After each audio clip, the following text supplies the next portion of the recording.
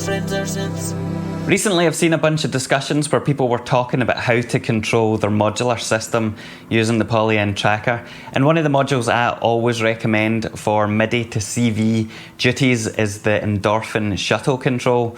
Some folks asked if I could put together a video of how that works in practice, and since I hadn't actually tried this out myself with the tracker, I thought I may as well give it a bash and explain how that would work in theory if you are interested in doing this.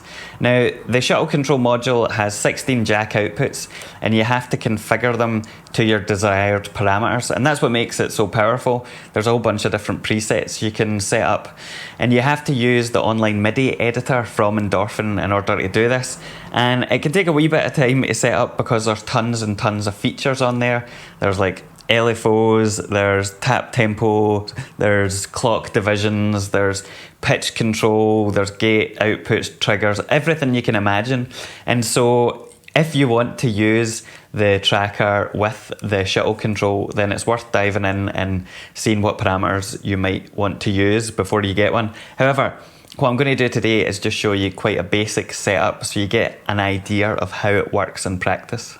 I'll share a copy of my settings, or at least I'll share a screenshot or something, or put up a wee insert here to show you what mine look like, but just be aware that you can do far more than that.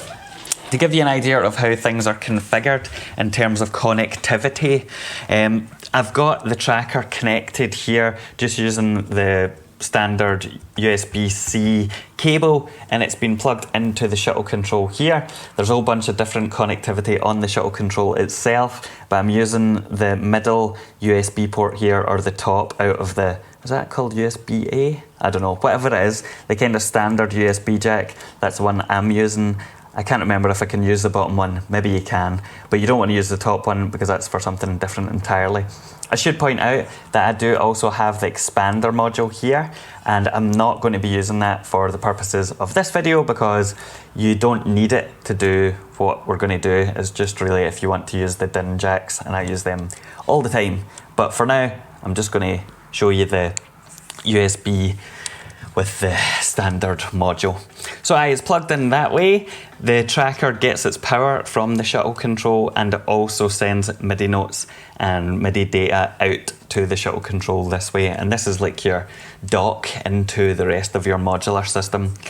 One thing you should do, which should be obvious, is if you go into config, I won't be able to show you close up on this particular camera, but you do need to go into the MIDI settings and make sure that all of the MIDI output stuff that you want is being sent over USB, because by default it's either off or it's it sends over the MIDI jack itself, the hardware, the actual wee, that wee socket thing. But you can figure that out for yourself. Now, once you've got all the MIDI stuff set up on the tracker and it's sending things fine, and you've got all your bits and pieces configured, if you hit play, you'll see that there are various different jacks or LEDs that light up on the shuttle control. So I've basically just set a tempo here so you can see how I've got mine set up. I like to have my presets kind of arranged with the first 4 jacks here always the same thing, and I use these for transport. So if I hit play again, you'll see this top jack is the clock, here is a gate, so this remains on whilst the pattern is played. So if I trigger on and off there, you'll see these two are start and stop triggers. So the number 3 flashes when I hit stop, and number 2 flashes when I hit start. And what I use them for are things like run and reset commands, which are really useful in Euroland, because, for example, Pamela's workout, you want to trigger, when things start, you would use the run input, and then of course reset is always useful for sequencers if you want to tie everything in together.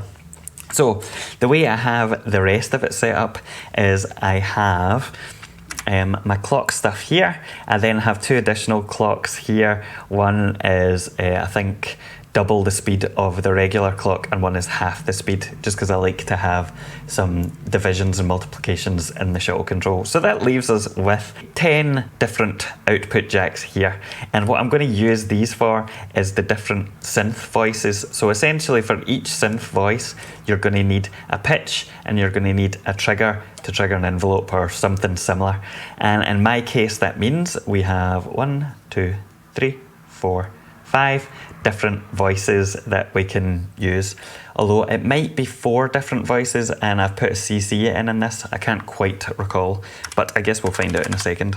So what I'm going to do is on the tracker, I'm going to set up a MIDI instrument, and you won't be able to see it just now because I've got the camera up there, but you essentially send out MIDI notes as you would with the tracker on a particular channel.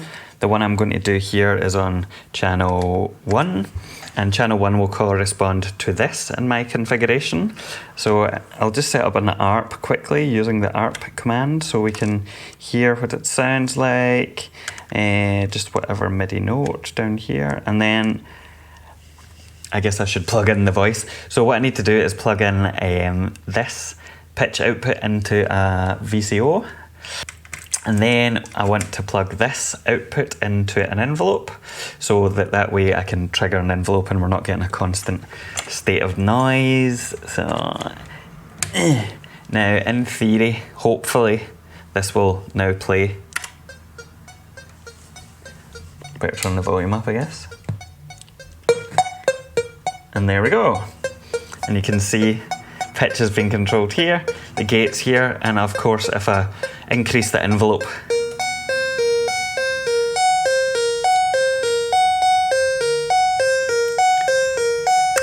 so that's the basics of how you set up the tracker if you want to use just pitched voices, and it's fairly straightforward. However, there's a couple of other kind of common scenarios that you might wish to use the tracker with your modular system. The first one is to send out CC values from the tracker into the shuttle control, which then will spit out a corresponding voltage. And for this example, what I've done is I have plugged in, or I have configured output jack number 16 to respond to any CC value sent from the tracker and turn it into a kind of corresponding voltage. The parameters of this, can be configured however you want. It can be stepped, it can be smoothed, it can be bipolar, unipolar, blah blah blah. In this case, I've got it smoothed and it is bipolar, so it means it'll go any negative voltages as well as positive. And I'll press play on the tracker. What I've got set up is basically different different MIDI CC values just spitting out across each line of the tracker, and you should see this change colour and intensity representing the different voltages. So you can see it's changing. Now what I could do here actually is probably sequence that VCO with this. Let's hear.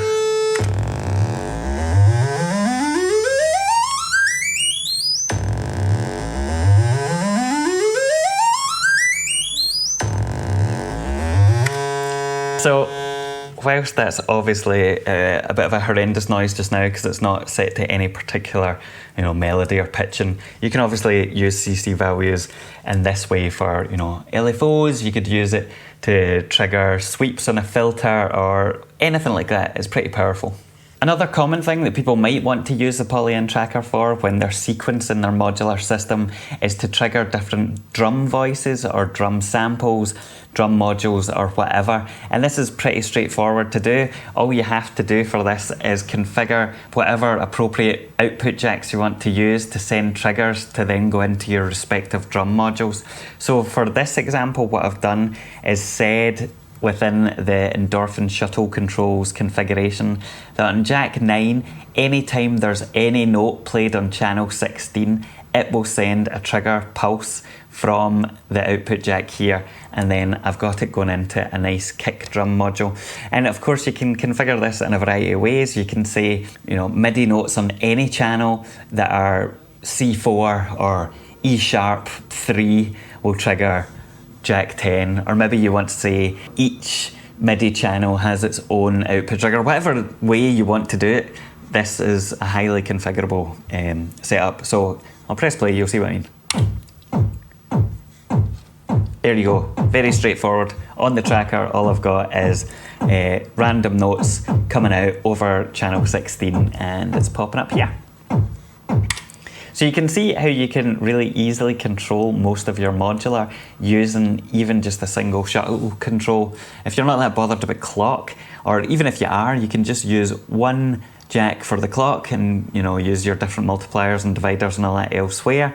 You can have a couple or 3 voices set up. You can have a bunch of drum voices or drum modules being triggered here, and then you can have a bunch down here configured to send CC values for filters and all that kind of stuff. So it's a really powerful tool if you want to sequence your modular with a tracker. What I'm going to do now is I am going to probably patch up something using the tracker and see if I can write something that's any good, and I'll close out this video with that. Hopefully it's been useful. If not, well, sorry.